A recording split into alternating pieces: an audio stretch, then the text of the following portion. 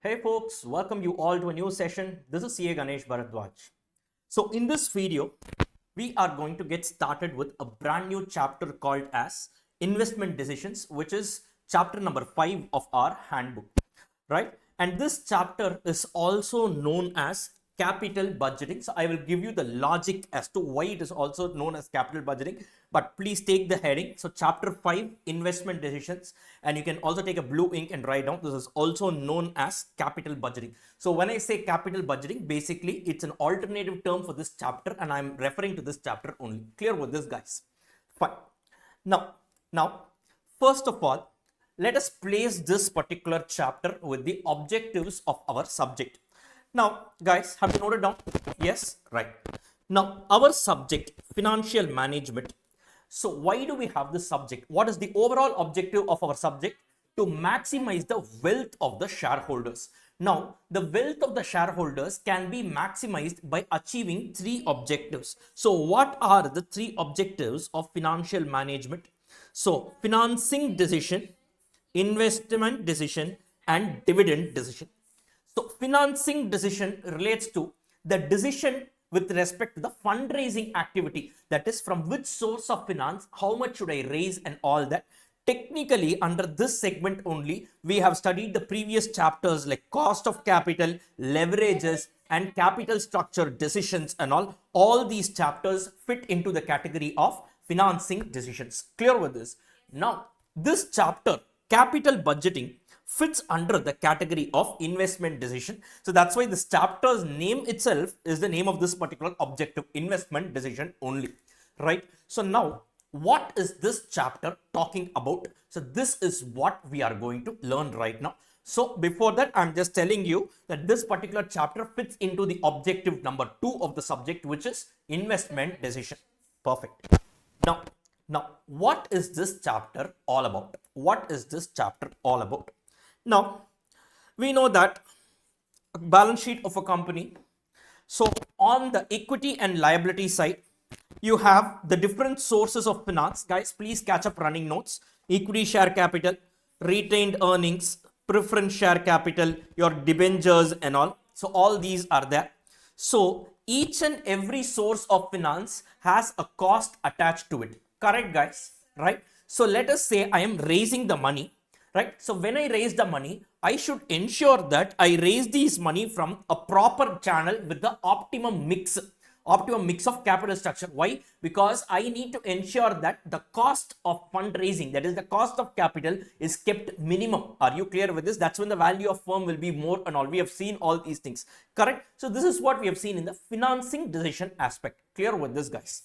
Now, let us say I have raised a total of 100 crores. Right? So I have raised this 100 crores. Obviously, this 100 crores comes with a cost, correct? That is nothing but KO. That is your overall cost of capital.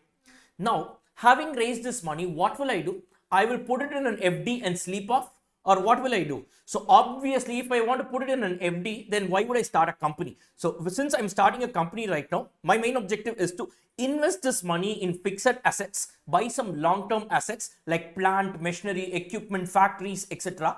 And then I will start my production, and through this every year I will make some money. Clear with this, guys? So the next decision is about, fine, I have raised the money now, right? So for the fundraising activity, I have taken some proper decisions through the financing decisions aspect. Having raised the money, now what are the fixed assets in which I need to invest?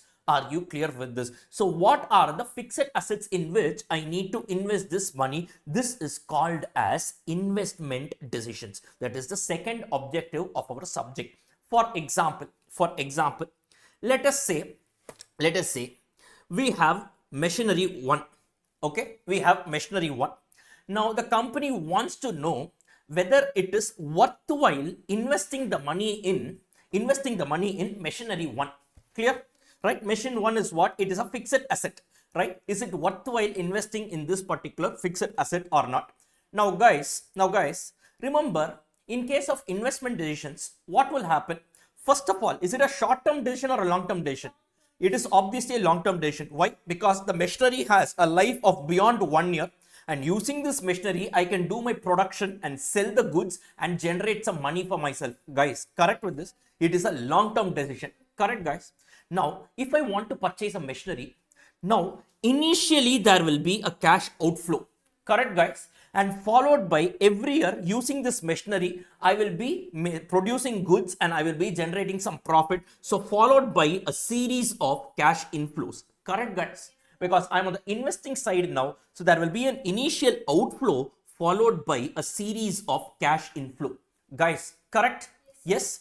Now we have to decide. Just an example, I'm telling you, this is not the only thing that we are going to do. Just an example for you to understand.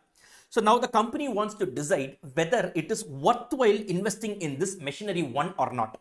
Now what they will do is, so now they have this initial inflow, that is they have this initial outflow followed by a series of inflow and all, right? Now, you know this concept called as net present value. Yes, net present value. So what do you mean by net present value? The present value of cash inflow minus present value of cash outflow. So what they will do is they will take a discount rate and calculate the present value of cash inflows. So they will arrive at the present value of cash inflow minus present value of cash outflow. Now, if this NPV is in positive, they will say, yes, you can go ahead and purchase this machinery. Clear? Because overall, if you see in today's money, your inflow is greater than outflow. So you can go for this particular investment. Are you clear with this? So, sir, is NPV the only way in which you can assess whether an investment is good or not? No, there are different capital budgeting techniques that we are going to study. But for the time being, I just took one such capital budgeting technique to explain you what we are actually going to see in this particular chapter. Clear with this, guys? So, these are the investment, that is, these are the decisions that are taken with respect to the investment side of the balance sheet. Are you clear with this? So whether to invest in a particular long-term assets or not is the kind of decision that we are going to take here. So we are going to take this particular decision using multiple techniques. We will be studying something called as NPV, something called as IRR, something called as profitability index, payback period, discounted payback period, accounting rate of return. These are multiple tools using which I can see whether a particular investment avenue is good or not. Are you clear with this? Are you clear with this? These are different tools available to judge whether an investment alternative is good or not. Are you clear with this, guys? Fine. Are you all clear with this? So, if a company is able to take this investment decisions properly, every time I am using my money, every time I am deploying my money in purchasing the asset, I should make sure that the asset that I am putting my money in is a good investment. Correct? I cannot just like that put some money and incur losses. So, based on this only, we will take a decision. Are you clear with this? Now, you tell me guys, now I am going to take all this decision before the purchase of this machine or after the purchase of this machine? I'm going to take this decision before the purchase of the machine or after the purchase of the machine. After I purchase the machine, what is the decision making?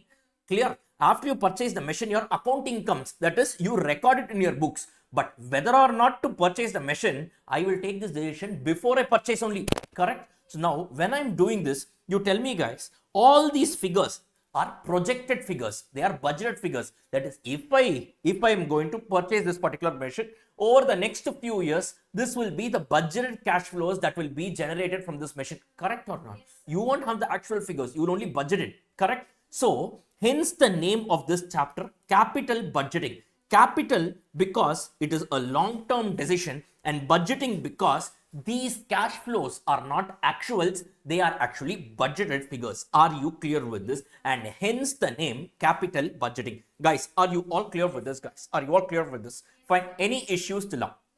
Right? So this chapter, investment decision, revolves around where I should invest every rupee of money that I have raised. Why is this decision important? Because every money I have raised, every rupee I have raised comes with a cost. So I need to ensure that I am judiciously using this money and investing it in the right avenues so that all my assets are able to generate some proper return. Are you clear with this? So how am I going to take this particular decision whether investing in machine 1 is good or not? How will I be able to take this kind of decision? Using multiple tools and techniques. One such tool and technique was only NPV that we saw. In this chapter, we are going to see multiple tools and techniques. Are you clear with this, guys? Now, this chapter is very, very important from your intermediate viewpoint, from a real life viewpoint, and also in your CA final, because in your CA final, AFM, Advanced Financial Management, this chapter is there as such, that is there in your intermediate, plus incrementally there are some additional concepts. So this chapter is exactly there in your CA final, plus some complications, extra fittings, that is extra concepts are also there in order to make this chapter more complicated. That is, you also have some foreign currency related capital budgeting, international capital budgeting, and all these things extra are there. But why am I saying this? Because please learn it very, very properly in the right direction at this point in time itself, and preserve your notes. Preserve your notes. In your final level, it is going to come in very, very handy. Clear with this, guys? Because in final, all these things they will take for granted that you know the basics and all. So final will have its own complications. That alone will be focused more in your CA final. Clear with this, guys? Fine. Now, so this is all about this particular chapter. So this chapter revolves around what?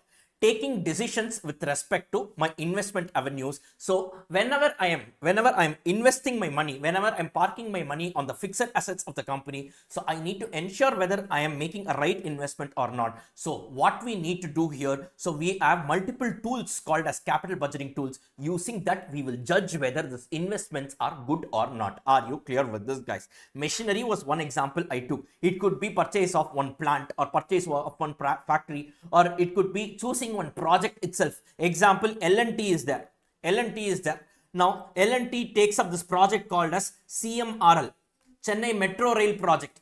For them, it is a long-term project, correct? So whether it is worthwhile going for this Chennai Metro Rail project, that is construction of this Metro Rail project in Chennai, whether it is good or not, how will they do? So they know that, okay, if I take this up project right now, what will be my initial outflows? I need to buy all this infrastructure and all. What will be followed by series of inflows and all. So with that, they can judge based on various tools of capital budgeting available. Clear with this, guys? Clear with this? So it could be projects or assets or basically anything that involves deploying your funds. Are you clear with this, guys? I'm putting my fund here. So if you are parking your money, always you want to know whether you are parking it in the right avenue or not. Clear with this, guys? Are you all clear with this? Perfect. So now in this chapter,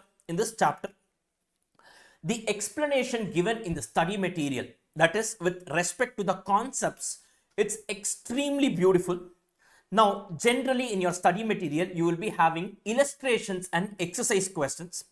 Over and above illustrations and exercise questions, in this chapter, they have also given you something called as examples. These examples they have given to explain the concepts. So in every chapter, I give you my own examples, right? In this chapter, Institute itself has given certain examples. You cannot find examples in all the chapter. In this chapter, Institute themselves have given examples in certain areas and all to arrive at the cash flows. They have made some explanation, which is very good.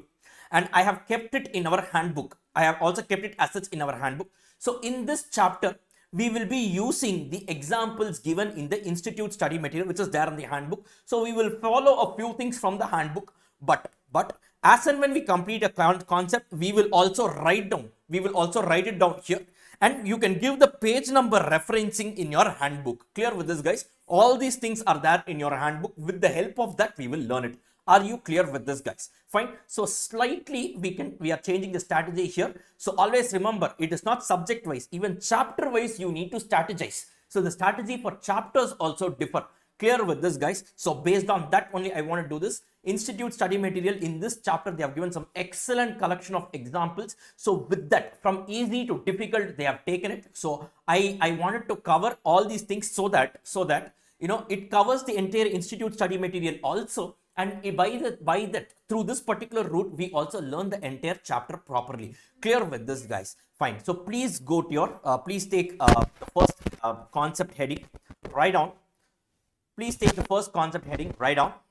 Introduction.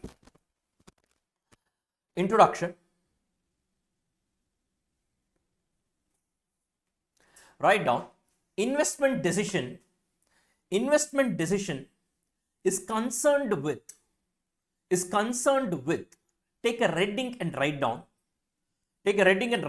optimum utilization of funds, is concerned with optimum utilization of funds.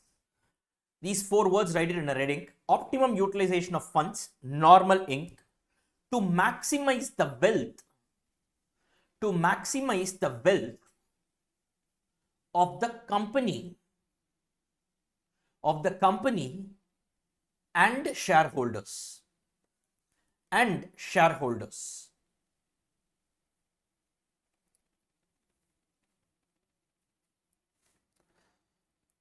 Right? Continue writing.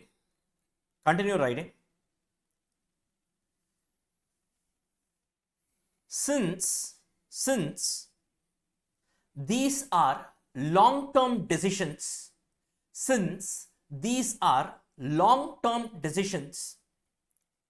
based on budgeted cash flows,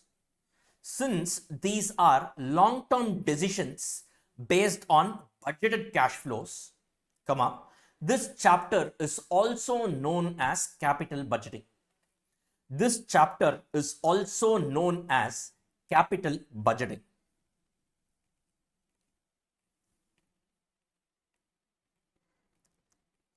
Done, guys? Done? Fine. Have you noted this down? Right. Now, line gap. So, number 2. Please go to concept number 2. Write down types of capital investment decisions.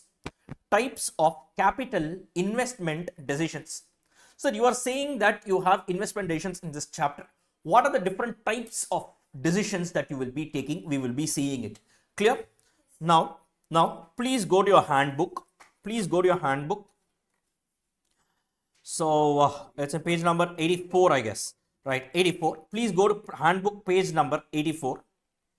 Right? Now, types of capital investment decisions, they have broadly classified it into 2. One on the basis of firm's existence, the other one on the basis of situations.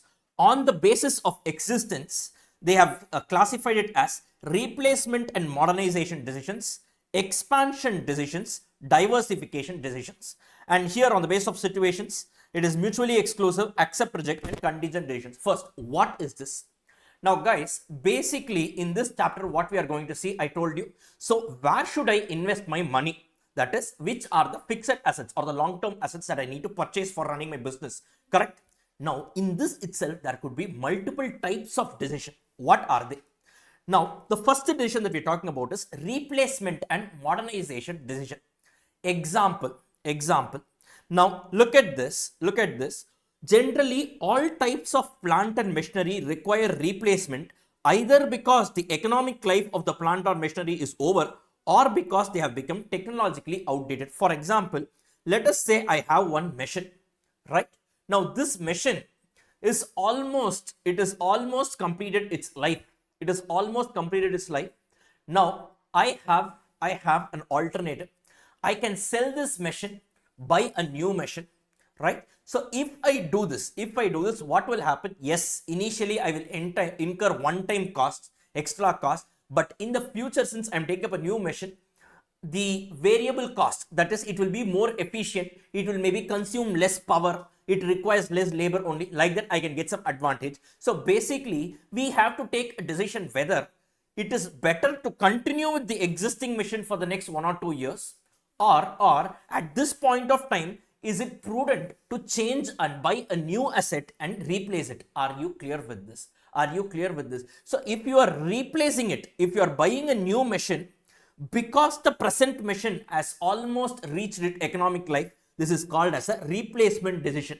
But if you are buying a new machine because the present machine is technologically outdated, then it is called as a modernization decision. It can come as an MCQ question. So that's why I am just reading the lines and telling you. Clear with this, guys? But when we are doing the sums, all these things, anyways, based on the facts, we will be able to come up with the cash flows. So you need not actually know this bifurcation for the purpose of solving the sums, but this bifurcation will come in handy for MCQs and theory area.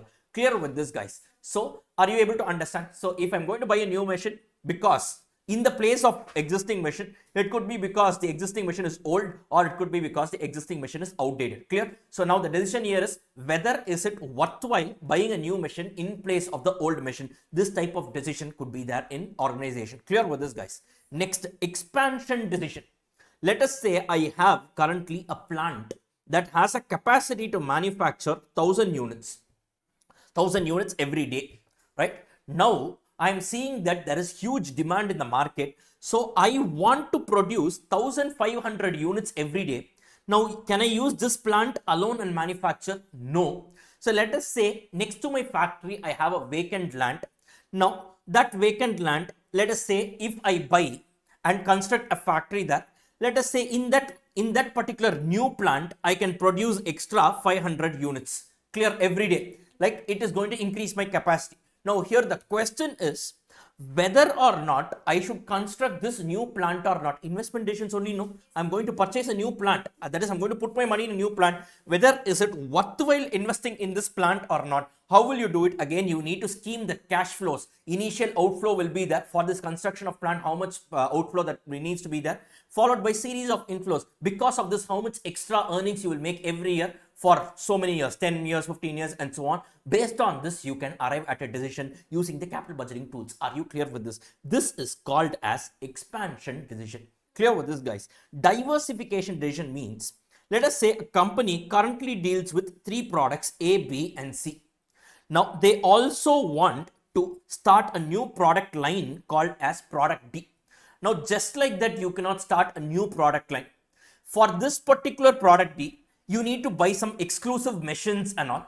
Again, there is a capital investment here, correct? And because I'm entering into this new product line, what will be the extra cash flows that I will be able to generate over the course of next few years? Based on this, I will judge whether opening a new product line is good or not. So this is another type of investment decision called as diversification decisions. Are you clear with this, guys? Are you clear with this? So the first 3 types of decisions: replacement, modernization, expansion, and diversification decisions. Now you tell me, guys, these 3 decisions are taken generally by any company. That is, whether you are a new company or you are in the business for 100 years, it is still fine.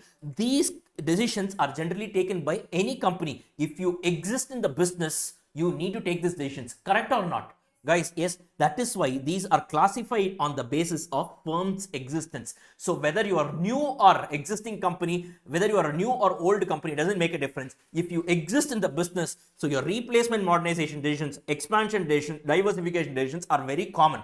Are you clear with this, guys? This would come as a theory or an MCQ question. Clear with this, guys? On the basis of situations. On the basis of situations, now mutually exclusive, accept or reject, and contingent decisions. This is what they have given. What could be the case? Mutually exclusive decisions. What is this? What is this? Let me just give you an example of mutually exclusive decisions. Let me just give you an example of mutually exclusive decisions. Now, let us say I am a manufacturer of coffee powder. I am a manufacturer of coffee powder. Okay, guys, right? Now, what is my ultimate objective? Is to manufacture the coffee powder. Yes, the raw material I have is this coffee bean and all, right? Now, the coffee bean chicory, whatever it is. Yes, I have a raw material that needs to be converted into an FG, no problem. Now, let us say, tell me one popular brand, Leo Coffee, right? Leo Coffee is there. Now, let us say this Leo Coffee, ultimately they want to produce coffee powder, that's all. But they have 2 alternatives. They can produce this coffee powder either using a semi-automatic machine or using a fully automatic machine. Clear with this? Semi-automatic machine and fully automatic machine. Clear with this, guys, right? But they need only one type of machine. They can either do it with semi-automatic machine or they can do it with a fully automatic machine. Clear with this, guys, right? Now, if they use semi-automatic machine, what will happen? The initial investment will be low. They need not pay so much and all because it's semi-automatic, because a manual intervention is required. But during the course of its particular life, you need to incur some extra labor and all. Are you clear with this? So here the variable cost might increase over its life while the initial cost might be less.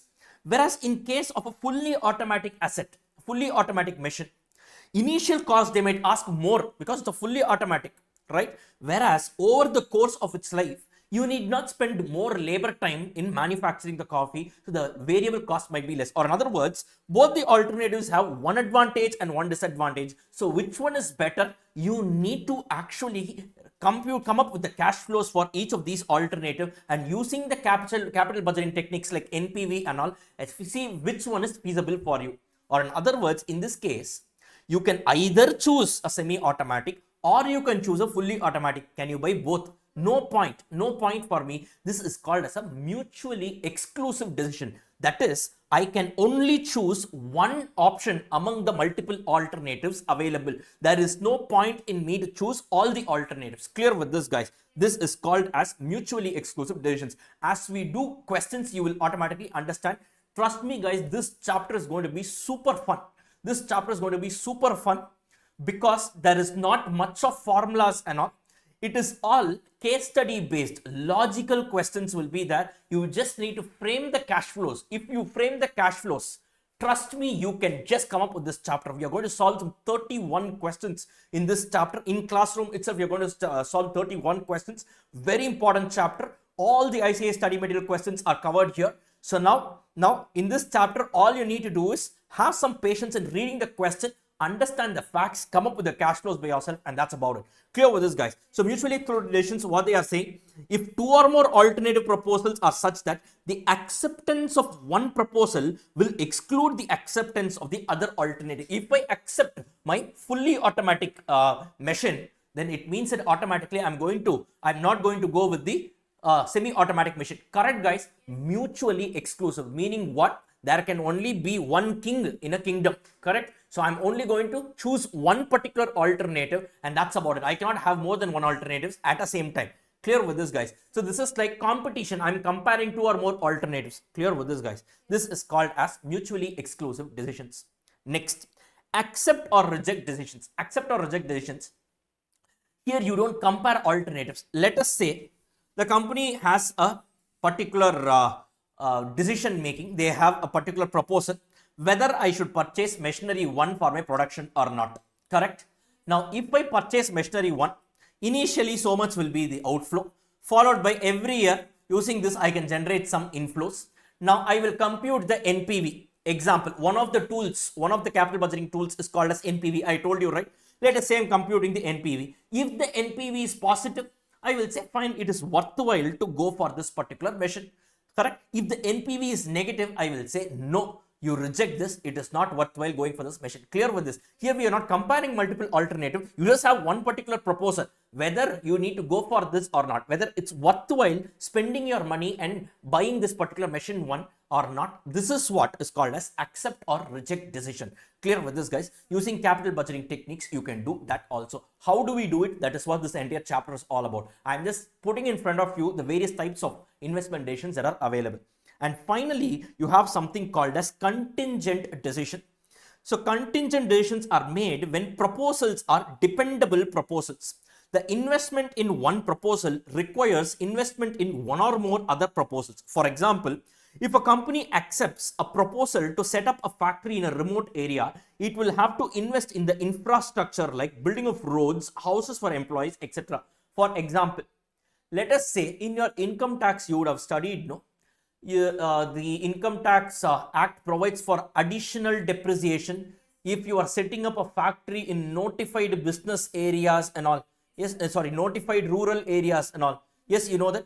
So let us say, for example, so there is a notified rural area. If I want to start my factory there, yes, now the government says, look, if you want to set up your factory here, you should also construct the roads and houses for all your employees who are located in that particular area. Now, whenever I'm going to take a decision of whether to start this factory in this rural area or not, I should not only consider the cash flows that are relating to this factory, but I should also consider the cash flows that I will be incurring for construction of the roads and all. Why? Because only if I decide to have this particular factory at this place, I will be having to construct that roads and all.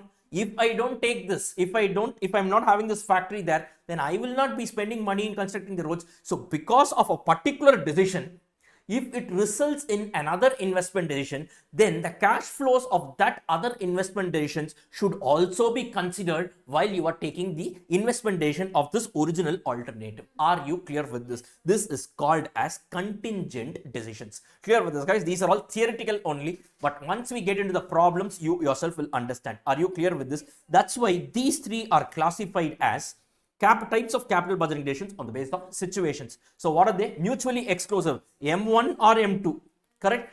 Accept or reject. M1 alone, tell me whether it is good or not. Contingent decision, that rural area, that factory setup I gave you. And on the basis of existence, replacement modernization decisions, expansion and diversification decision. These are all multiple types of problems that you can see in this particular chapter. Now, sir, give us exact examples. How do we see this? The entire chapter is about this. Don't worry, you have a chapter way ahead of you. So we will be doing sums, and most of these sums will be case study types. Extremely interesting. It is a beautiful chapter. The best part is, in fact, to be very honest, generally it is said that in entire financial management, you have these three objectives, no? In these three objectives, generally financing decisions are supposed to be slightly tricky, slightly technical.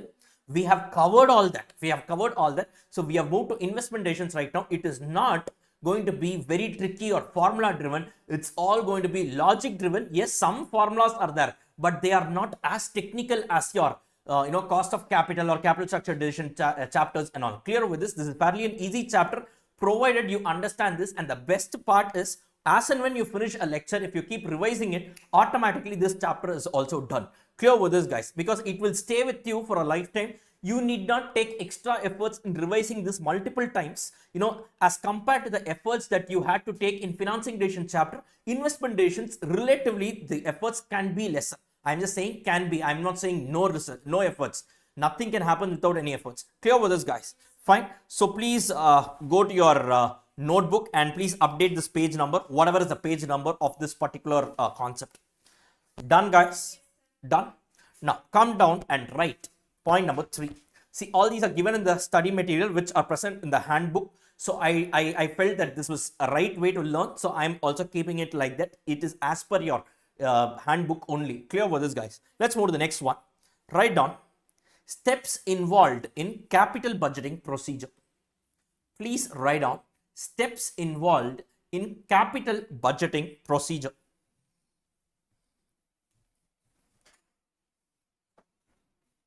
Steps involved in capital budgeting procedure.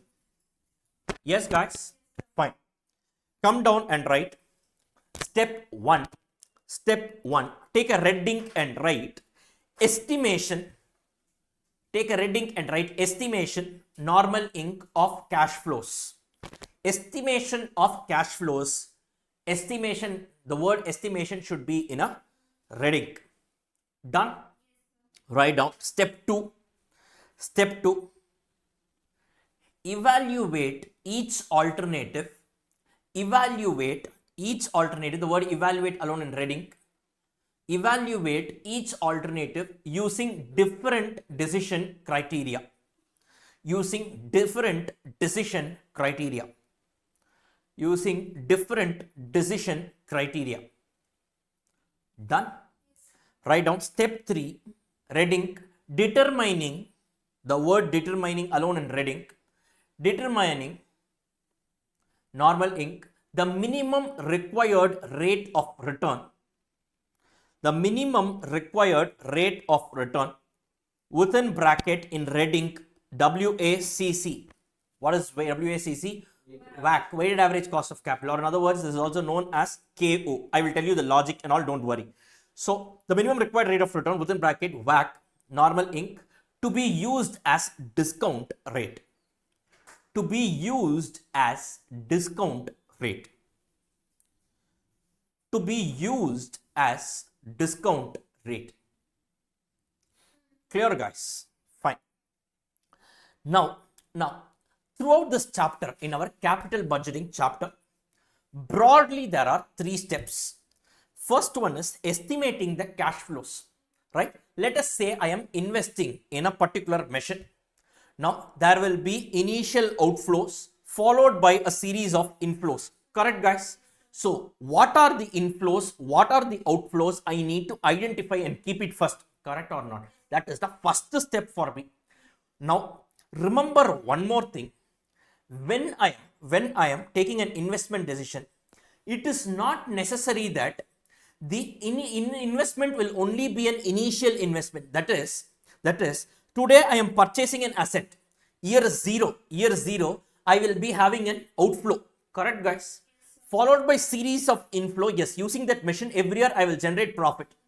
But remember, let us say at the end of year 2, suddenly I have to incur some additional cost for maintenance.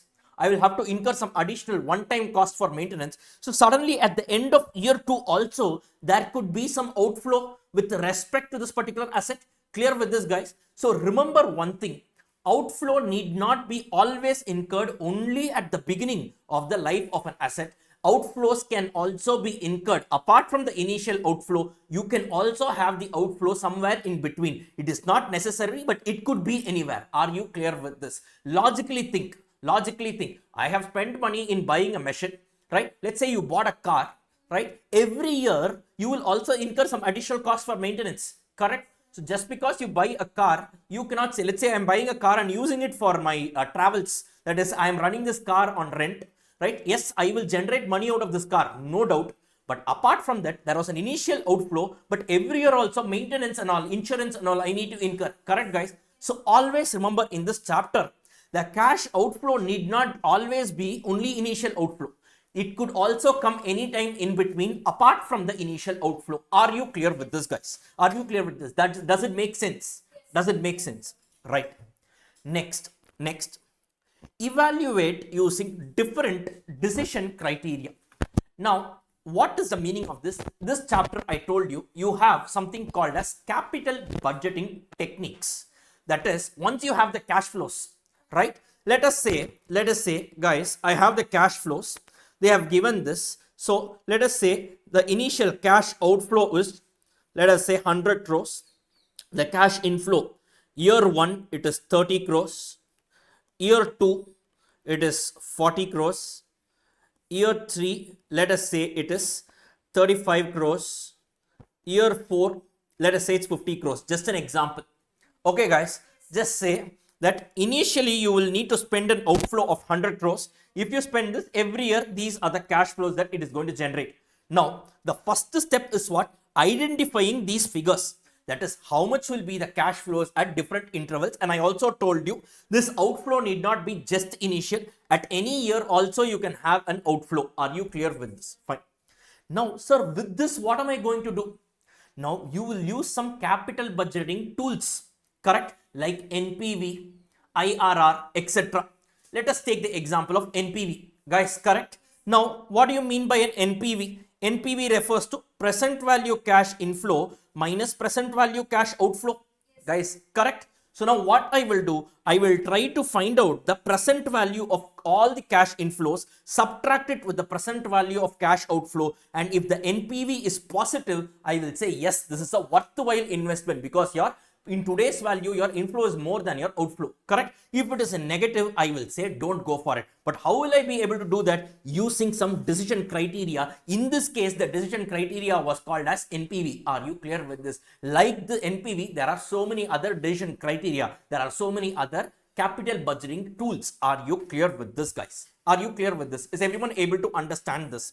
Right? So in this case, we took NPV as a decision criteria. Like that, there could be so many decision criteria based on which you judge whether a particular investment avenue is good or not. Are you clear with this, guys? Yes, guys, are you clear with this? Now, guys, throughout this chapter, we are talking about what? Long-term decisions. Long-term decision, which means more than 1 year. Now you tell me, guys, is 30 crores, 50 crores, 35 crores and 50 crores, are they addable automatically? 30, 40, 35, 50? Are they addable as such? No. Why? Because these are cash flows arising at different intervals. Correct? We studied this concept in time value of money. Cash flow arising at different intervals are not addable as such. So what you will do, you will arrive at the present value of all the cash flows. convert all these cash flows in today's value, make them addable, and now you will add it. Correct, guys? Now, for me to do that, I need to use something called as discount rate, guys. Correct? Yes, I need to use something called as discount rate. Correct? In your time value of money chapter, guys, in your time value of money chapter, what we said, the discount rate was given in the question. Guys, correct? So discount rate, say 8%, discount rate, say 10% and all, right? Some students asked me at that point of time, so discount rate, what is this, sir? I know this is used for discounting, arriving at the present value, but what is this rate, sir? What is this discount rate? Now I'm going to give you the logic, what it is. The discount rate in this chapter, the discount rate is nothing but your WACC, weighted average cost of capital, or in other words, so in this chapter, we are talking about long-term decisions. We definitely need a discount rate to convert everything into present value. The discount rate that we will be using in this chapter is nothing but your weighted average cost of capital. Are you clear with this? Now comes the next question. Sir, why should we use KO, or the weighted average cost of capital, as a discount rate? You said we are talking about investment decision chapter. KO is something that we are seeing in what? In our financing decision. How are they two interrelated? Guys, clear with this. Clear with this. Now, let me explain this, guys. Very technical discussion. So, please pay full attention. This explanation might not be there as such in your study material or handbook. Now, let's say this is the balance sheet of the company.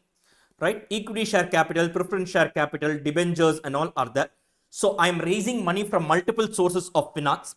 Let us say the overall cost of capital, let us say, is 10%. Clear with this, guys? So which means every rupee that I have raised, I am incurring a cost of how much? 10% on an average. So there will be KE, KP and KD and all. I have averaged all these things out and I have arrived at KO. That is nothing but my WACC. Clear with this, guys? Now, where am I standing? I have raised the funds. Now I have to take investment decisions. Let us say I need to take a decision regarding whether or not I should purchase machine 1. Guys, correct? Guys, correct? Yes, sir. Right? Now, whatever money that I've raised, I am going to put it in machine 1. Correct, guys? Now they have given that machine 1, the cash flows are like this. Let's say initial outflow 100 crores followed by series of inflows and all. Now you tell me guys, as a businessman, what I will think, look, every rupee that I have raised from the investors, I am incurring a cost of how much? 10%. So for me, out of my investment, I at least need to recover 10%. Correct? That is, the return that my particular investments are going to give me should at least be able to recover 10%. Correct or not? Yes. So what I do is, since 10% is the minimum required rate of return, I am not saying actual return. This is the minimum required rate of return I am expecting out of my investment. I will keep this as a threshold and I will say, look, for all the cash flows, I am going to discount it using this particular KO. Are you clear with this, guys? Are you clear with this? So all the cash flows will be discounted using KO because KO should be the minimum. At least I should recover my KO. Are you clear with this, guys? Are you clear with this? So it is going to be the relevant discount rate for me.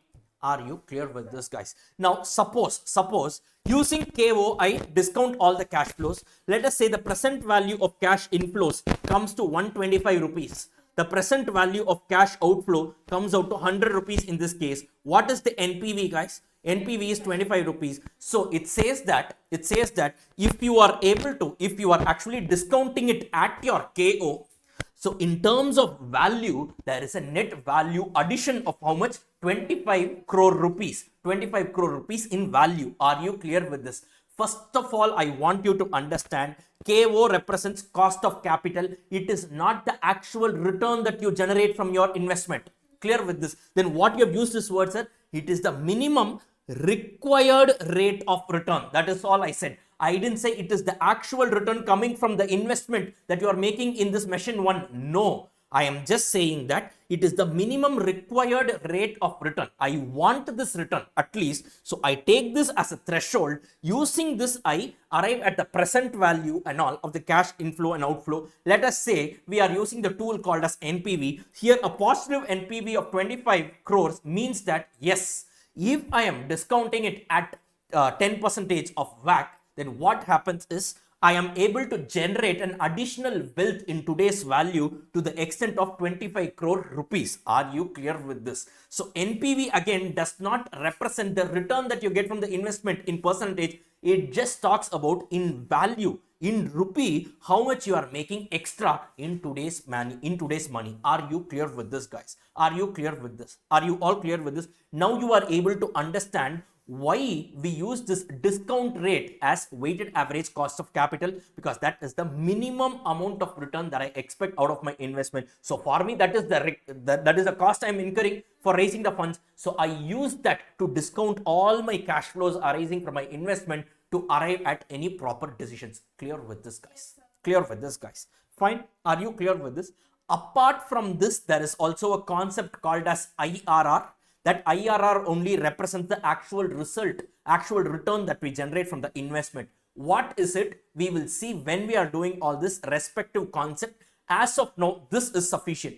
And if you have doubts with respect to IRR and weighted average cost of capital, sir, what is this and all, please hold on to it. As we proceed into the chapter, you will get crystal clear clarity. I will compare all these things and I will present it to you. Still, if you have doubt, you can ask me. Clear with this, guys? But initially, right now, what you need to understand throughout this chapter, wherever I say discount rate should be taken as what? Your KO, that is weighted average cost of capital. Why discount rate is KO? Because that is the cost that I'm actually incurring to raise my finance. That finance only I'm putting it into my investments. So that is the reason why I take the discount rate as my weighted average cost of capital. Are you clear with this? So use this discount rate to calculate the present value of all your cash flows. Are you clear with this, guys? So in this chapter, broadly speaking, there are 3 steps. First, estimate the cash flows. Number 2, choose which decision criteria you want to use, NPV or profitability index. Like that, there are so many things we will be seeing. And obviously, you need to use a discount rate. That discount rate is going to be KO. So please mark this as important. Discount rate in this chapter represents KO because that is my actual cost that I'm incurring, or in other words, that is the minimum required rate of return that I'm expecting on my investments. Guys, are you all clear with this? Are you all clear with this, guys? Right? Fine. With this, let's get going into this particular chapter. This is the basic introduction. So based on this chapter is divided into 2 parts. Please write down investment decisions. This chapter is divided into 2 parts. Take a green ink and write down. Take a green ink and write down. Part 1 of this chapter is regarding estimation of cash flows. So the first part of this chapter is about estimating the cash flows. So sir, what is the great deal in estimating the cash flows? We will be seeing it. We will be seeing what it is and all. Some very interesting items are here. We will be seeing it. That is, sir, every year, what is the annual cash inflow? While computing annual cash inflow, what are the items that are to be included? What are the items that are to be excluded? Similarly, while computing the outflows and all, outflows, I told you, it can even be initial outflow, or that outflow can be initial plus suddenly at the end of second year or suddenly at the end of fourth year. It can be any which ways. Clear with this, guys? There could be something called a salvage value, meaning what? I purchase an asset. At the end of the asset, at the end of the life of the asset, it will have a scrap value. So if you're selling that asset at the end of the life, then that will be treated as an inflow at the end of the life. Are you clear with this? All these things are there. What it is, we will be seeing with the help of examples. I told you these examples are given in the study material. Beautifully they have drafted. We will see that. Clear with this, guys? And the part 2 is about this entire chapter called as capital budgeting techniques. Capital budgeting techniques. So what are the different tools that are available, the different decision criteria that are available to judge whether an investment avenue is good or not? Clear with this, guys? So this is a very minimal part. That is, how do you construct the cash flows? What are the do's and don'ts? That alone we will see here. And then actually the chapter gets started only in the second part of it. Clear with this, guys? Clear with this, guys? Now shall we get started? Shall we get started? Please write down. Please write down. So till now we have covered 3 concepts, no? So write down 4th concept. 4. Estimation estimation of cash flows. Estimation of cash flows. By the way, this is what? Part 1. Right? Estimation of cash flows. Right? Now, guys, please go to your handbook. Please go to your handbook. They have explained it beautifully here. So with the help of examples, I am not a person who believes in reading it line by line. You can read it better than me. So I'm not here to interpret what they have given. So we are going to learn it by way of examples and see what it is. I'm going to give you the logic behind it. Once you just finish it, as and when you finish it, it is going to be like done and dusted for a lifetime. That's all. Clear with this, guys? And have these concepts, very important. These concepts will help you in your long run also. It will help you in both your academics, in your intermediate and your final, as well as in your professional career. In fact, guys, trust me, I'm telling you this. During my articleship, this chapter helped me a lot. We got one-off assignment called as some valuation assignment. We got it. So for a company, we had to value a company that was using something called as DCF model, discounted cash flow model, for which this entire chapter called as capital budgeting came into effect. So whatever I learned in my intermediate classes in my subject, I was able to apply it in my articleship, and in fact that came out very well. The client was also overall very happy with the output that came up. Fine. The reason I'm telling you is, look, knowledge can be grasped anywhere. So yes, this is important from an exam point of view. You think about it logically, even in your real day life, you can see whether this can be applied or not. Clear with this? Even you can help your dad or mom in their personal finance planning also you can do. Today, even right now in my practice, I use all these concepts for my clients. See, these are out of the box thinking, because generally many people, they don't take up assignments because they think finance related difficult. Absolutely not. If you just know what it is, when to apply it, you can just sit and apply.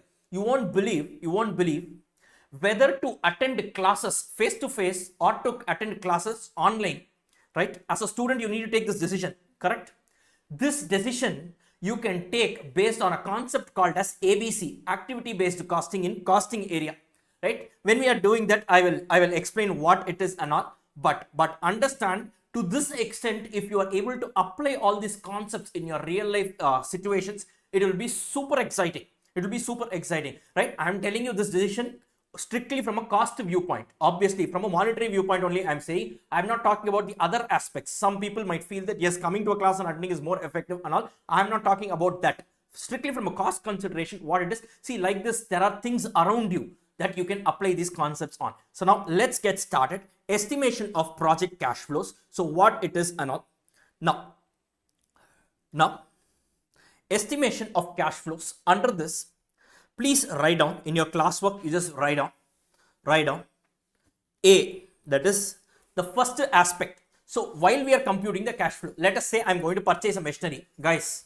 I'm going to purchase a machinery. So initially there will be an outflow followed by a series of inflow, correct? Now, while I am arriving at these cash flows, there are certain items that I need to consider. And there are treatment of certain items that we are going to see right now. And the first treatment, the treatment of the first item that we are going to see is what? Write down depreciation. Write down depreciation. Depreciation. So how we are going to treat depreciation while we are arriving at the cash flows? Are you clear with this, guys? Yes, this is what we are going to see right now. Clear with this? Fine. Stand alone. We are not going to see a complete problem and all. We are just going to see the effect of this particular line item while arriving at the cash flows. Clear with this, guys? Now, the first line item was about depreciation. So how do you deal with depreciation? Directly, let us enter into the first example. Now, look at this. X Limited manufactures electronic motors fitted in desert coolers. It has an annual turnover of 30 crores and cash expenses to generate this much of sale is 25 crore. Suppose applicable tax rate is 30% and depreciation is 1.5 crore rupees per annum. Now, this company, what they are doing, they are in the business of selling what? Electronic motors, correct? Now, every year, the sale value of the motor is how much? 30 crores. And the cash expenses required to generate, produce this motor is going to be how much? 25 crores. Correct, guys? So technically every year they are able to generate how much? An amount of profit of 5 crores before depreciation. Now for them to manufacture this product called as electronic motor, They also need some fixed assets. No, correct, guys. That fixed assets has a depreciation. Let us say they are saying annual depreciation is 1.5 crores. Annual depreciation is how much? 1.5 crores. They are asking, and the tax rate is given as 30%. They are asking us to calculate the net cash inflows annually. That is, every year, what is the cash inflow of this particular company? Are you clear with this? Now tell me, guys, is 30 crores, do they actually receive it? Yes. 25 crores, do they actually pay it? Yes. So technically this 5 crores is my net cash inflow. This 1.5 crores, do they pay anything? Do they pay depreciation every year? No. See, we are not talking about profits. For the purpose of computing profits, depreciation may be considered. That is for the purpose of matching principle, accounting. We are not at all talking about profit. I am talking about cash flows, inflow, outflow. That's all I'm talking about. Clear with this, guys? Because of depreciation, is there an actual cash outflow that should I pay anyone? I am just setting aside. The money is still with me. Guys, clear with this? Because this entire amount was considered as an outflow initially itself. Guys, correct or not? Right? So now this table, first what they are saying, if I completely ignore depreciation. So we were just discussing that this depreciation is not at all, it doesn't affect my cash flow. Correct, guys? In that case, every year, what will be my annual cash inflow? Total sales is how much? 30 crores. Guys, all the figures are given. You need not write down anything. You just participate here. It's all given as a printed form itself. These are meant to understand. We will be doing a lot of questions. Don't worry. Each and every question we will solve it. You don't worry about this. This is just for driving home the concept. Minus cost of goods sold is 25 crores. So every year I'm generating how much? 5 crore rupees of profit. Now depreciation, we just saw that it doesn't affect my profit and all. It should not be considered nil. So the profit before taxes 5 crores less 30% tax on 5 crores, 1.5 crores. The profit after tax is going to be 3.5 crores. So here we are considering 3.5 crores as our profit. That is as our cash inflow. So every year you are going to take you are going to get 3.5 crores as your cash inflow. Now, actually this is wrong. Sir, why is this wrong? Look, guys, yes, I do agree that depreciation as such is not a cash outflow. But because of the presence of depreciation, it is an allowable expense for the purpose of income tax. Your tax liability gets reduced. So there will be a tax shield or tax savings on depreciation. Sir, I don't understand. Can you explain? Now go to the second line item here. The second, column that we have seen. Technically, whenever depreciation comes, how should we handle it? Look at this, guys. Every year, when I'm selling the motors and all, my product, every year I get how much? 30 crores. And I need to spend how much? Cost of goods sold, 25 crores. So the net profit, the gross profit that I get is how much? 5 crores. Guys, correct. Now look at this. They have subtracted depreciation of 1.5 crores. Sir, why we are subtracting? Wait. So now what becomes your profit before tax? 3.5 crores. Correct? Now tax is applied as 30% on 3.5 crores. How much is it? 1.05 crores. Now you get how much? Profit after tax is going to be 2.45. Now, is this 2.45 crores your actual cash inflow? No, because I have considered depreciation above. Now they are saying add back the depreciation here, add back 1.5 crores. You get a cash flow of how much? 3.95 crores. Are you clear with this? Now you might have a question. Sir, how is the cash flow changing, sir? Here you just subtracted 1.5 and you added this 1.5 here again. So actually this cash flow and this cash flow should be same 3.5 only, no? Yes, as a whole, depreciation didn't have an impact. I do agree. But what happened? Since I reduced depreciation on the top here, my profit before tax reduced by 1.5 crores. Guys, correct? Here it was 5 crores. Here it is 3.5 crores. Guys, correct or not?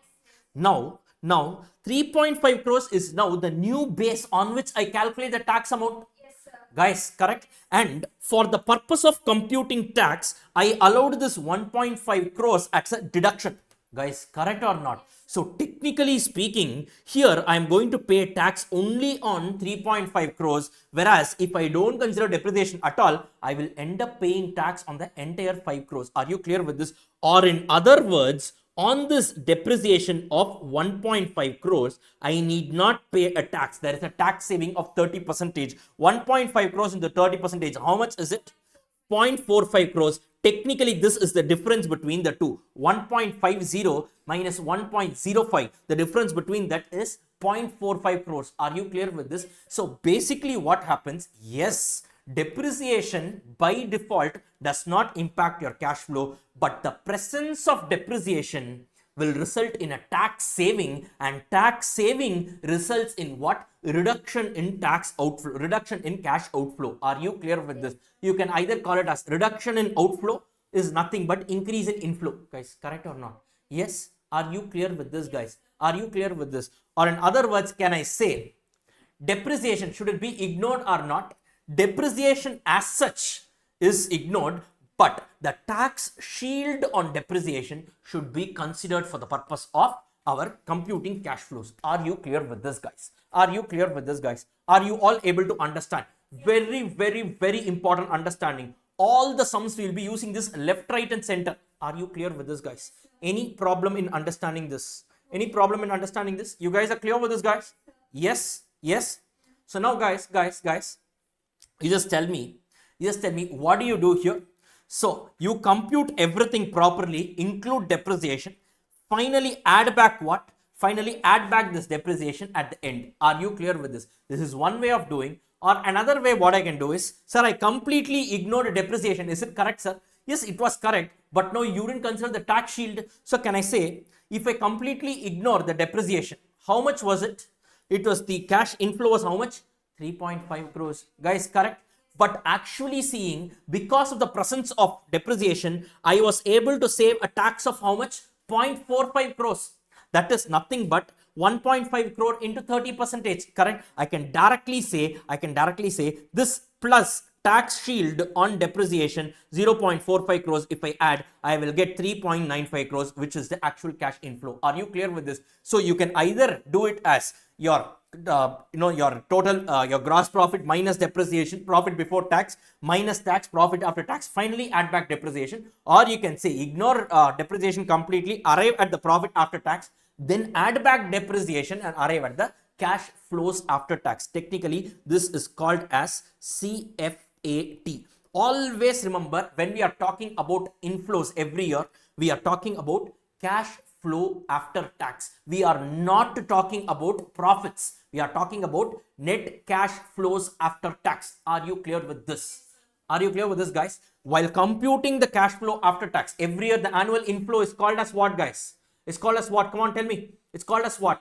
CFAT, cash flows after tax. For the purpose of CFAT, depreciation as such is not considered, but the tax shield on depreciation is considered. Are you clear with this, guys? Are you clear with this? What you can do is 5 minus 1.5, arrive at the PBT. On this you compute the tax and add back 1.5. Or what you can do, completely ignore depreciation, arrive at this 3.5. Now you say, look, I had not considered the tax benefit on depreciation. So directly you add the tax rate into depreciation. It gives you 0.45 crores. Just add it up and you will arrive at the CFAT. Are you clear with this? And CFAT is the figure that is considered for all your cash inflows every year annually. Are you clear with this? Please remember this. We are talking about cash flows, that too post-tax cash flows. Are you clear with this? So in this case, we will not consider depreciation as such, but the presence of depreciation impacts my taxation. Hence, the tax shield on depreciation alone will be considered for the purpose of all my calculations. Are you clear with this, guys? Are you all able to understand this? Right? Next.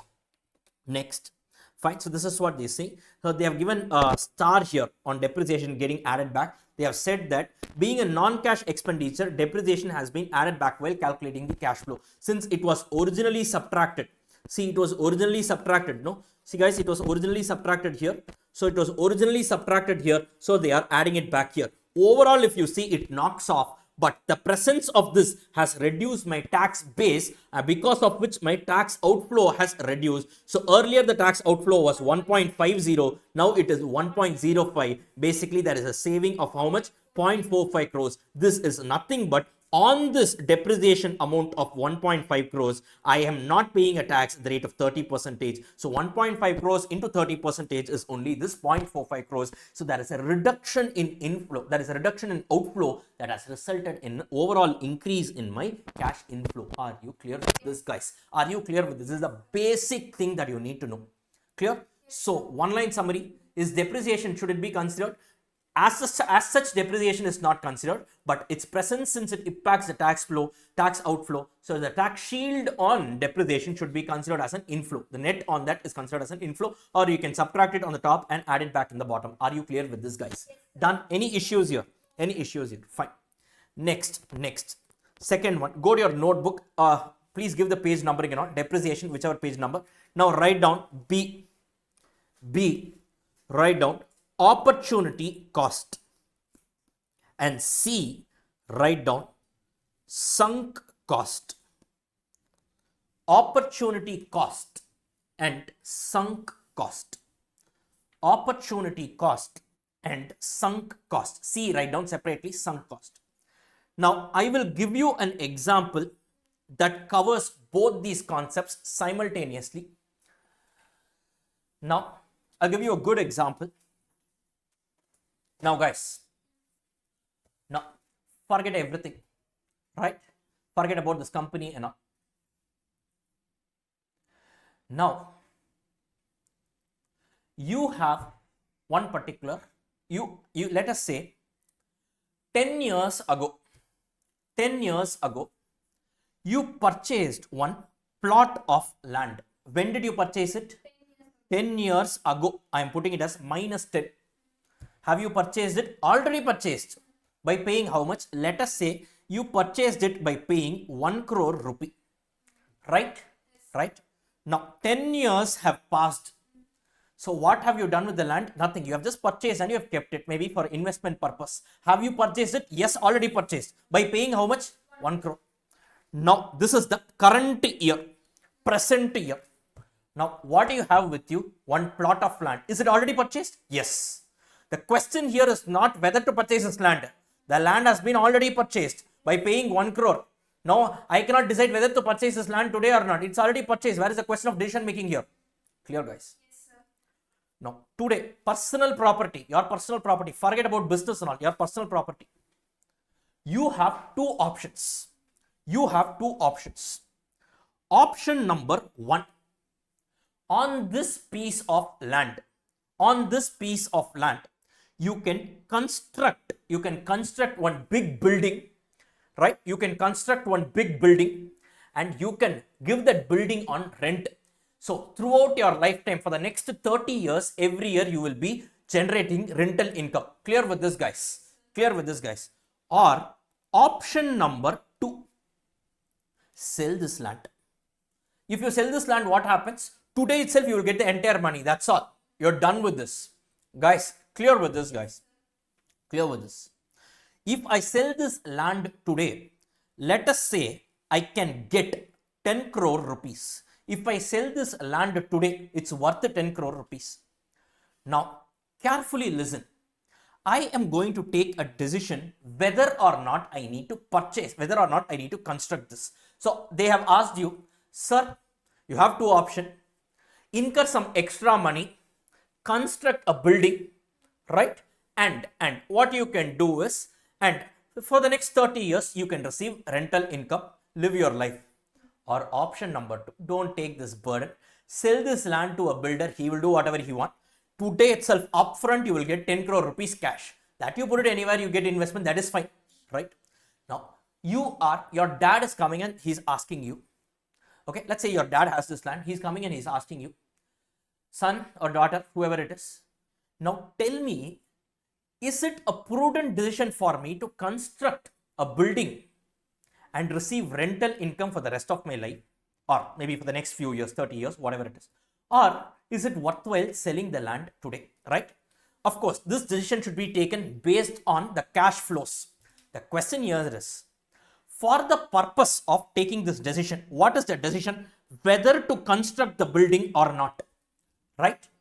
Now guys, you tell me carefully, the initial cash outflow, what will I consider? initial cash outflow to construct this building. Now, cost of construction will be there. Okay, let us say I need to incur some 2 crores to construct. You need some cement, you need some bricks, some steel and all. Obviously, all those things are there, no doubt. Now, my question here is, with respect to the cost of land, what is the cost of land that you will consider for the purpose of decision making? What is the cost of land that you will consider for the purpose of decision making? Now, nowhere in this particular decision I will consider this 1 crore. Sir, why, sir? Now, this 1 crore is not at all a decision that needs to be taken today. See, I paid 1 crore rupees some 10 years back and I purchased the property. Now, today, whether to construct building using this land, the 1 crore that I paid 10 years back is of no relevance. Now, because I'm constructing or not constructing, can I save that 1 crore rupees that I've paid? No. But one thing I can do, if I don't construct, I will get 10 crore today. I can sell it now. Guys, correct?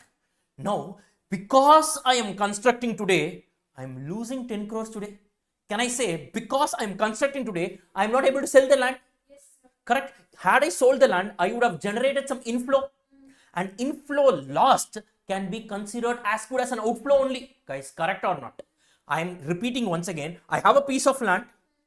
If I sell it, I will get 10 crores today. But if I am deciding to construct, no, I will not be able to sell it. Because I'm not be able to sell it, I'm losing out 10 crores today. Guys, this is called as an opportunity cost. Are you clear with this? It is a value of a benefit that you are foregoing. So for the purpose of this construction decision, I will consider this 10 crore rupees as an outflow today. Are you clear with this? Why? Because I will say, look, because I am deciding to construct, I am not able to sell it. Because I'm not able to sell it, I am not receiving 10 crore. Not receiving 10 crore is as good as losing out 10 crores. So this is actually considered for the purpose of my decision making. Are you clear with this? So for the purpose of decision making, we need to consider all these things. We are not talking about accounting profit and all.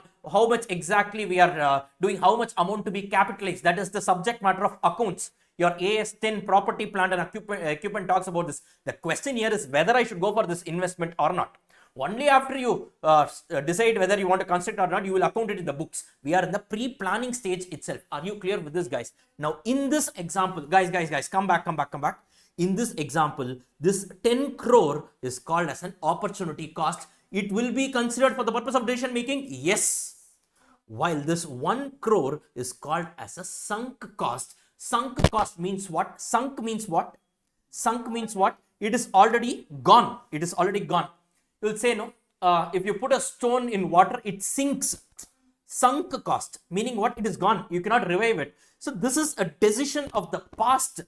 So an amount that you have incurred in the past is of no use for you. Are you clear with this, guys? Is of no use for the purpose of decision making. Sir, are you asking me to ignore this? In accounts, we do it. You need to record it. Absolutely, yes. I am talking about decision making. For the purpose of deciding whether to use this land for construction or selling, the 1 crore rupee that I incurred 10 years back is not at all relevant. Whether I sell it or I construct it today, anyways, the 1 crore that I have incurred, I can't do anything about it. Are you clear with this? So, should I construct today or not? If I am taking this decision, now I will ignore this 1 crore because it is a sunk cost. It is a cost incurred in the past. Clear? Whereas, I should definitely consider this 10 crore rupees. If I am using this land for constructing a building, it means that what? I am technically losing out on 10 crore rupees that I am receiving today. Are you clear with this, guys? Are you clear with this? So I need to consider this 10 crore rupees as an outflow at the beginning here itself. So based on this, what I get, whatever decision I take, that will be actually the incremental cash flows. That is,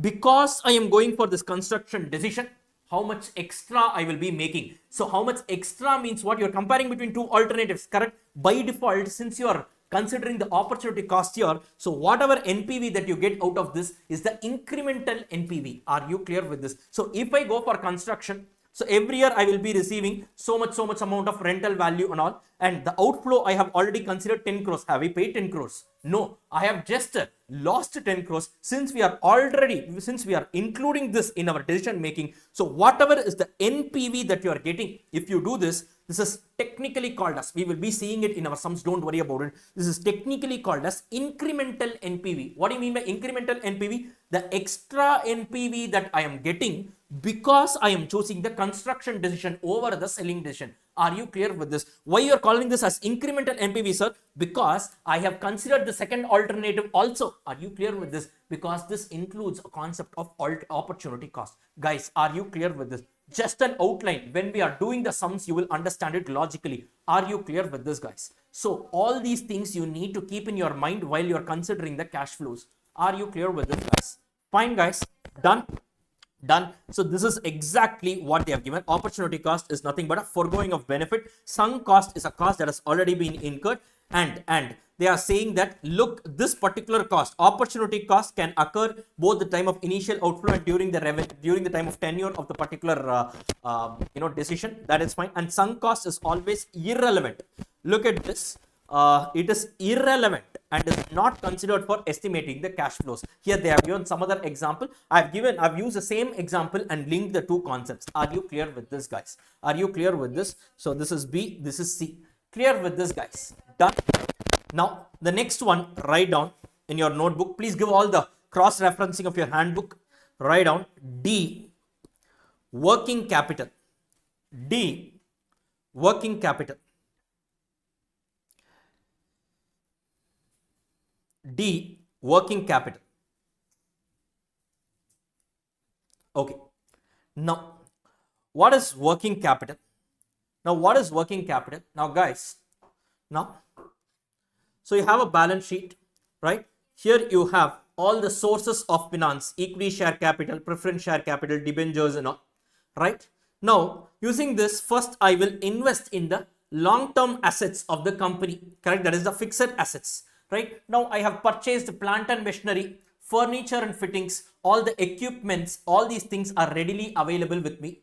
Now, automatically, can I start my business? No, I need to purchase raw materials. I need to incur some labor, overheads and all. Your costing comes into picture.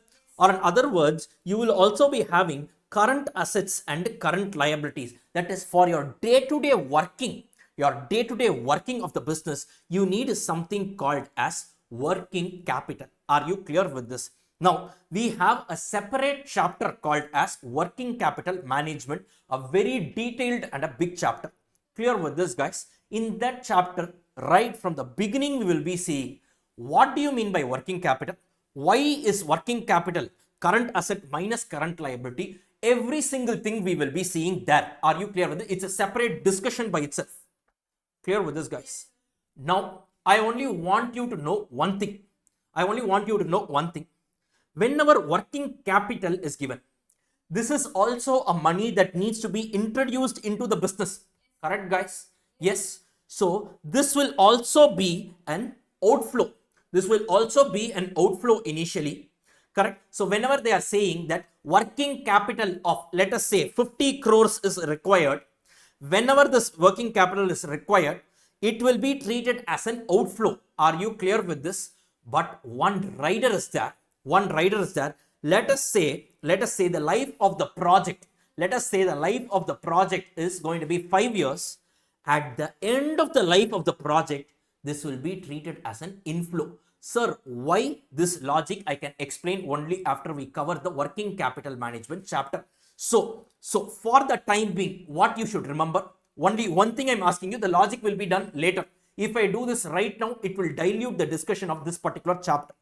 Whenever working capital is given, treat it as an outflow initially, but without fail, you should consider it back as an inflow at the end of the life of the project. They will not give it in the question. They might give it. Even if they don't give it, you should consider it as an inflow, because working capital is a cycle. What you put comes back to you. It is called as a working capital cycle.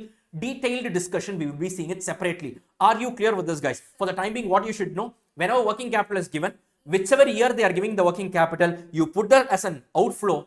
then without fail at the end, you should put it as an inflow. Are you clear with this? We will do sums, you will understand clearly. The logic for this alone will be explained along with working capital management. Clear with this, guys? Done?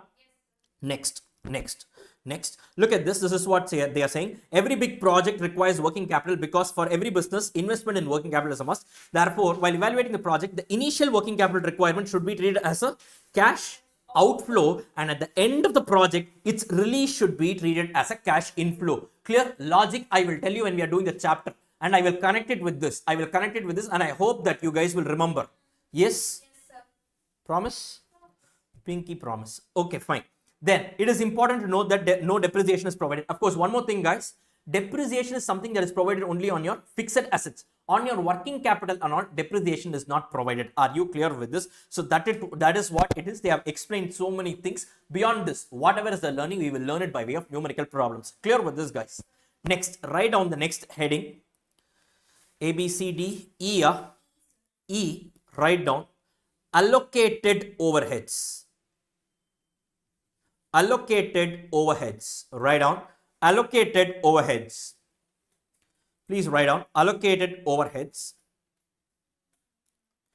Now, a little bit of costing knowledge is required for this. Now, guys, in costing, we've done a chapter called as overheads, right?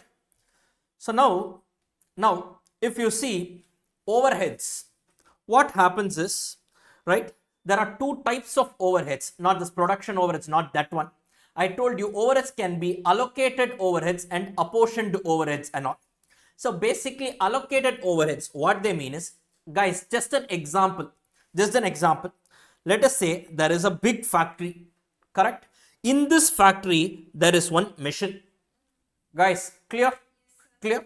Now, when we are trying to collect all the indirect manufacturing costs, all the indirect costs incurred with respect to this machine, correct? What we will do is, yes, exclusively for this machine, whatever cost you incur, that you will consider, plus in the factory there will be some general costs that you will be incurring, and in the factory there will be many machines that are there. So what you will do is the common costs that are incurred in the factory will also be apportioned to this particular machine. Correct, guys? We have learned this in costing. Yes, guys, yes or no? Yes, Veera, yes. Are you getting it? So, yes, there are some indirect costs, or there are some costs that are incurred exclusively for this machine. Over and above that, there are some common costs incurred in the factory that I need to apportion using some reasonable base. Now these costs are incurred whether or not I have this machine. For example, throughout this factory, I have a factory rent. Now, if I don't keep this factory, instead of 4 machines, I have only 3 machines, still the factory rent will be the same only. But since now I have 4 machines, I am apportioning it between 4 machines on a reasonable basis. Square feet area and all, we have seen it. Correct, guys? Right? Now, that is for the purpose of costing. From the perspective of financial management, what we are doing, the decision we are taking is whether I should buy this machine or not. Correct? So, when I'm going to decide whether I want to buy this machine or not, I should only consider the cash flows, extra cash flows that I will be generating because of this machine, and the extra cash outflows that I will be incurring because of this machine. Correct or not? Yes, I should not consider the cash flows that anyways will occur whether or not I take this decision. So whenever I'm taking a decision, because of this decision, whatever is the cash flow arising, that alone needs to be considered. In case of allocated overheads, you tell me, is that a cash flow that arises because you're buying the machine, or you are just doing it for some accounting purpose? It is done for accounting purpose. Even cost accounting is one type of accounting, right? The objective and all is different. We saw that. But yes, that is done for a particular reasoning, because you need to fix your selling price and all these things. You need to pass it on to the customer. That is different. Here, our objective itself is different. My objective is not about your end product. We are not pricing the end product. We have to decide whether it is worthwhile buying the machine or not. In this case, you should only take the relevant cash inflows and the cash outflows that will be happening because I go for this particular machine. Correct or not? That's why we call this as incremental cash flows and all. We'll be seeing it. Are you clear with this? So basically, allocated overheads are overheads that are not incurred particular to that particular machine. These are some general overheads that are being apportioned for some accounting reason and all. That should not be considered for the purpose of what? That should not be considered for the purpose of our investment decision chapter. Are you clear with this? That is what they have given. As discussed in cost and management accounting, allocated overheads are charged on some reasonable base. Rent will be apportioned on the basis of square feet area. We saw that, right? Tube lights will be on the basis of lighting points or power consumption, whatever it is, explained in detail in our overheads chapter. Mission hour, labor hour, and all these things. Yes, we know how many types of base quantities are there in overheads. Six types of base quantities. What are the 6 types of base quantities? Mission hour rate, labor hour rate, material costs, labor costs, prime costs, production units method. Excellent. Fine. Very good. Very good. Right. So 6 base quantities. Forget that. Anyways, coming back to FM. So these are there in costing. Now, coming back here, guys. So that is what they have given. Machine hour, labor hour, direct material consumption, etc. They have given, etc. Are those 3 more. That is basically your prime cost, your direct labor and the production, direct labor cost and your production units method. Anyways, fine. Fine. Since the expenditures are incurred, are already incurred, are allocated to the new proposal, they should not be considered as cash flows. However, if it is expected that the overhead cost shall increase due to the acceptance of any proposal, then the incremental overhead cost shall be treated as cash outflow. Logical, guys. No, sir. Because you are having the new machine, extra I need to put one more person. Then that cost you consider. That is logical. Existing cost you are apportioning it, that you don't consider. Clear with this, guys? Does it seem logical? Fair enough. Fine. And you have some additional capital investment. So what is this additional capital investment? Now, whenever I am saying, please write this down, additional capital investment. So FPA, write down additional capital investment, green ink, additional capital investment. Now, what they are saying, nothing great here. Now, let us say I have to decide whether or not I need to purchase a machine. Now, what they are saying is, if you purchase this machine, right, initially you will be spending 100 crores, year 0, right, followed by series of cash inflows, year 1, year 2, year 3, example 3 years, okay. In year 1, what they are saying, you will be generating some 40 crores, year 2, 50 crores, year 3, 60 crores, example, right. But they are also saying one more thing. If you are going to purchase this asset, yes, it has a life of 3 years, right? So initially you will be spending how much? 100 crores, but using this asset, you can generate every year CFAT. So cash flows after tax of 40, 50 and 60 respectively. But they are also telling one more thing. Look, this is a machine that is imported from Germany, right? Now, this is a German based machine. Now, generally what happens is at the end of the second year, one spare part alone you need to change. That is, machine will work for 3 years, but at the end of second year, one spare part, the machine is big, inside that one spare part alone you need to change. That spare part you need to incur 5 crore rupees extra. Now tell me, this is a capital expenditure? Yes. But it is an outflow? Yes. But here that outflow is happening at the end of second year. So this is what they are saying, additional capital investment. So always remember, cash outflows need not be incurred always at the beginning. It can also be incurred somewhere in between. Example, the spare part I told you. So extra spare part I'm giving. Maybe for the third year, you will have to provide depreciation for both the original equipment as well as the spare part. Sir, depreciation is not relevant for cash flows. No, the tax shield on depreciation is required. That will have an impact. Are you clear with this? This is how you need to link it. So this 5 crores will be considered as a cash outflow in year 2 while you are computing the NPV and all, right? So this 5 crores, you can't take it as such. It's a 5 crore negative in the second year. So it has to be discounted with the discount rate alone. We need to do it. You can't directly take this 5 crores as compared with this 100 and say overall outflow is 105 crores. No, this is 100 crores at year 0. This is 5 crores at the end of year 2 and all. So all these things need to be considered. What they generally do is, so they will net it off. They will say 45 crores is the CFAT at the end of second year, and also the net cash inflows at the end of second year. Like that also you can do. These two can be knocked off. Why? This is an inflow, this is an outflow. Both are happening at the end of year 2. Obviously you can do it. Clear with this, guys? Like that we will be seeing. Guys, sums we will be seeing. Don't worry. I'm just giving you the fundas right now. Are you clear with this, guys? So it is not necessary the capital investment shall be required at the beginning of the project. It can also be required during the continuance of the project. In such cases, it will be treated as a cash flows at the respective points of time. Are you clear with this, guys? So this is basically some of some of the few areas that you need to really understand before we enter into this particular concept of investment decisions. Clear with this, guys? And one more thing they have given, categories of cash flows. Now they have given all these template. It is not required in my opinion, because once you start doing the sums, you will understand. If I do all these things right now, it will be like a full theory chapter. Categories of cash flows. Now guys, you tell me, guys, when will the cash flows happen? Initially there will be a cash outflow, guys, correct? Right? Then interim cash flows, meaning what? Every year during the life of the asset there will be some cash flows, correct, guys? Yes. And at the end of the life of the asset, there could be some salvage value and all. That is, let's say I'm scrapping off the asset, I will be receiving some income, or in other words, I will be receiving some what? I will be receiving some inflow and all. So at the terminal, at the end of the life of the asset also, there could be some cash flows. So based on the facts given in the question, you can coin all these cash flows and put it there. Correct, sir? How do I compute and all? This is not a single template. It is not always like this. Based on whatever is the data given in the question, we will be able to logically do it. So please don't mug up all these things. Logically, we can do it. Are you clear with this, guys? Are you clear with this? So please also write down the next concept. Please also write down the next concept. Categories of cash flows. A, B, C, D, E, F, G. Write down categories of cash flows. Categories of cash flows. Categories of cash flows, right? So with this, I am concluding this session. So please revise till whatever we have covered till now.